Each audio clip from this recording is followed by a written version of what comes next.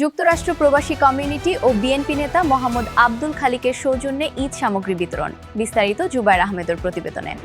18 March 28 Ramadan বুধবার গোয়াইনঘাটের পশ্চিম জাফলং ইউনিয়নের পরগনা বাজার উচ্চ বিদ্যালয় ও কলেজ হলরুমে আমেরিকা প্রবাসী বিএনপি নেতা আব্দুল খালিকের উদ্যোগে গ্রামের দরিদ্রের মধ্যে ঈদ উপহার বিতরণ।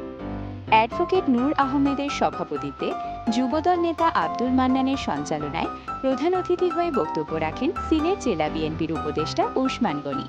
বিশেষ অতিথি হয়ে উপস্থিত ছিলেন উপজেলা বিএনপির সিনিয়র সহসভাপতি আব্দুল মুতেব, গোয়াইনঘাট অনলাইন প্রেস ক্লাবের সভাপতি বিলাল উদ্দিন, ইউনিয়ন বিএনপির ভারপ্রাপ্ত সভাপতি আব্দুল হাশিম, ইউনিয়ন বিএনপির সাধারণ সম্পাদক আতিকুর রহমান, উপজেলা শ্রমিক দলের সাধারণ সম্পাদক আব্দুল সালাম, সাবেক ইউনিয়ন পরিষদের চেয়ারম্যান এম.এ. রহিম সহ সর্বস্তরের নেতৃবৃন্দ।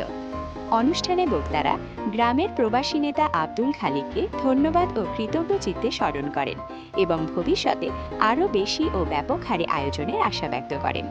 18 মার্চ 28 রামাদান বুধবার গোয়াইনঘাটের পশ্চিম জাফলং ইউনিয়নের পরগনা বাজার উচ্চ বিদ্যালয় ও কলেজ হলরুমে আমেরিকা প্রবাসী বিএনপি নেতা আব্দুল খালিকের উদ্যোগে গ্রামের দরিদ্রের মধ্যে ঈদ উপহার বিতরণ।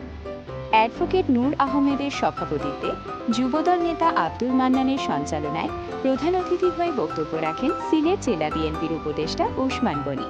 বিশেষ অতিথি হয়ে উপস্থিত ছিলেন উপজেলা বিএনপির সিনিয়র সহসভাপতি আব্দুল মুতেব, গোয়াইনঘাট অনলাইন প্রেস ক্লাবের সভাপতি বিলাল উদ্দিন, ইউনিয়ন বিএনপির ভারপ্রাপ্ত সভাপতি আব্দুল হাশিম, ইউনিয়ন বিএনপির সাধারণ সম্পাদক আতিকুর রহমান, উপজেলা শ্রমিক দলের সাধারণ সম্পাদক আব্দুল সালাম, সাবেক ইউনিয়ন পরিষদের চেয়ারম্যান এম.এ. রহিম সহ সর্বস্তরের নেতৃবৃন্দ।